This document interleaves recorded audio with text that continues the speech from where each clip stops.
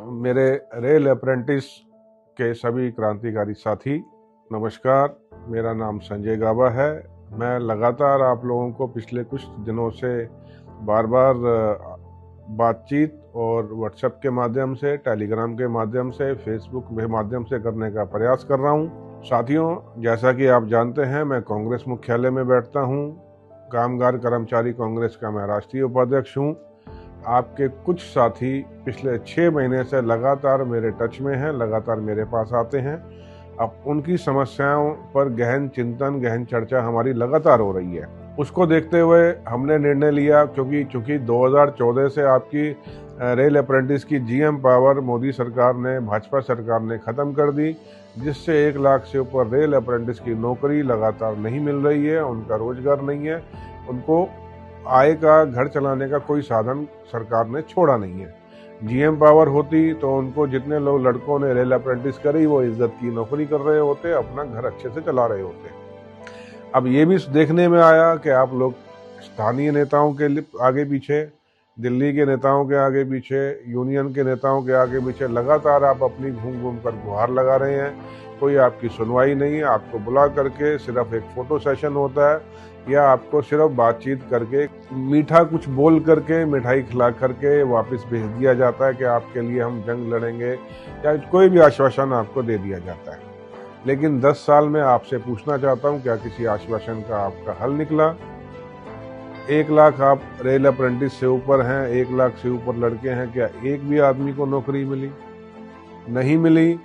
तो जो संघर्ष जिस तरीके से मैं आपको करने के लिए बोल रहा हूँ, उस पर तैयारी करने का प्रयास कीजिए। लगातार मैं आपको बोल रहा हूँ, आप लगातार दिल्ली आकर के जंतर मंतर पर आके आप बातचीत अपनी करते हैं। जंतर मंतर पर मुझे नहीं लगता 200 भी लड़का बैठने दिया जाता हो आज एक बार में। वो जंतर मंतर के टाइम गए जो कांग्रेस के समय में आप लोग आकर के कुछ भी वहां पर जो बात किया करते थे, अपना आंदोलन चलाया करते थे, आपके आंदोलन की कांग्रेस सरकार इज्जत करती थी।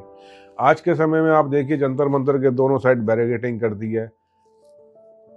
भारत सरकार के वहां पर नुमाइंदे बिठा दिए, फौज बिठा दी है, पुलिस बिठा दी है, उनकी अपनी फोर्सेस बिठा दी है। तलाशी करके तो आपको अंदर जाने दिया जाता है और पूछा जाता है क्या करने आप अंदर जा रहे हैं जंतर मंतर पे, किस धरने पे जा रहे हैं। जहां उस धरने पे 50-100 आदमी अंदर, लड़का या आदमी हुआ, बाकियों को बाहर रोक दिया जाता है। आपको बार बार यही कहने का प्रयास कर रहा हूं कि आपके सामने अभी पिछले 1 साल में, 2 साल में 2 आंदोलन बहुत सक्सेस हुए।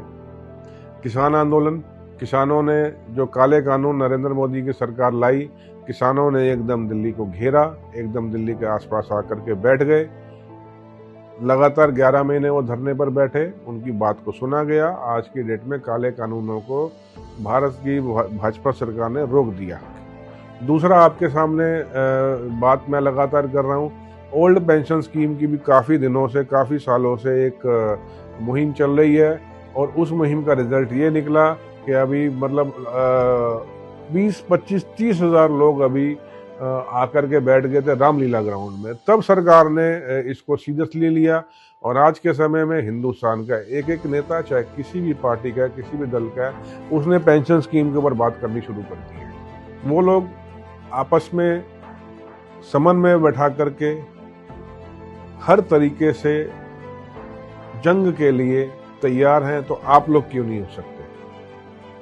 हम पहले लगातार प्रोग्राम्स करते हैं दिल्ली में। मैं आपसे बोल रहा हूं कि अगले 6 महीने में हम कम से कम 3 बार हम एक बड़े प्रोग्राम करने का प्रयास करते हैं। वो प्रोग्राम जंतर मंतर पे नहीं होगा, वो प्रोग्राम हम करेंगे तालकटोरा स्टेडियम में, वो प्रोग्राम हम करेंगे अंबेडकर भवन में, वो प्रोग्राम के लिए हम नेहरू स्टेडियम बुक करेंगे, वो प्रोग्राम के लिए हम रामलीला ग्राउंड में करेंगे। लेकिन मुझे आपकी तरफ से कोई एकता नजर नहीं आ रही है। आपको मैं लगातार बात करने का प्रयास कर रहा हूं कि मेरे को अपने नंबर दीजिए। मैंने अभी गूगल फॉर्म निकाला था, आपके 4000 से ऊपर लड़कों ने उस पर एनलिस्ट किया, अपना नाम डाला, अपना नंबर डाला। अब 4000 लड़कों को मैं 4 बार लगातार व्हाट्सएप मैसेज करा चुका हूं एक एजेंसी के द्वारा। हमारा भी यहाँ पर पैसा खर्च होता है, सब अपनी तरफ से कर रहे हैं, और किसी का भी कोई रिप्लाई नहीं आता है। अब मैं 2 या 3 दिन, 4 दिन और देख रहा हूं। मैं आपको बता रहा हूं, अगर आपकी तरफ से मुझे अच्छे से रिप्लाई नहीं मिला, मुझे भरोसा नहीं हुआ कि आप लोग संगठन अपनी नौकरी के लिए अगर आप सीरियस नहीं है, तो फिर हम कितनी मदद कर पाएंगे आपके? आपके घर पे तो आके हम नौकरी नहीं दे पाएंगे। आपकी नौकरी के लिए आपको घर से निकल के अपने साथियों के साथ कंधे से कंधा मिलाकर तो लड़ना पड़ेगा ना जी। हम कम से कम अभी 2 बार 3 बार बड़े कार्यक्रम करते हैं, सरकार हमारी आवाज सुन ले, नहीं सुनेगी फिर हम धरने की तरफ चलेंगे। मैं राहुल गांधी जी को भी आपके बीच लाने का प्रयास करूंगा, लेकिन मुझे जब यही आश्वासन नहीं है कि आप लोग दिल्ली आ रहे हैं, आप लोग बड़ा कार्यक्रम कर रहे हैं, तो मैं कैसे अपने बड़े नेताओं को भरोसा दिलाऊं कि हम कार्यक्रम कर रहे हैं, आप आइए। मालूम पड़िए मैंने उनको यहाँ इन्वाइट कर लिया है और आप लोग नहीं आए। इसलिए मैं आज ये वीडियो जारी कर रहा हूँ।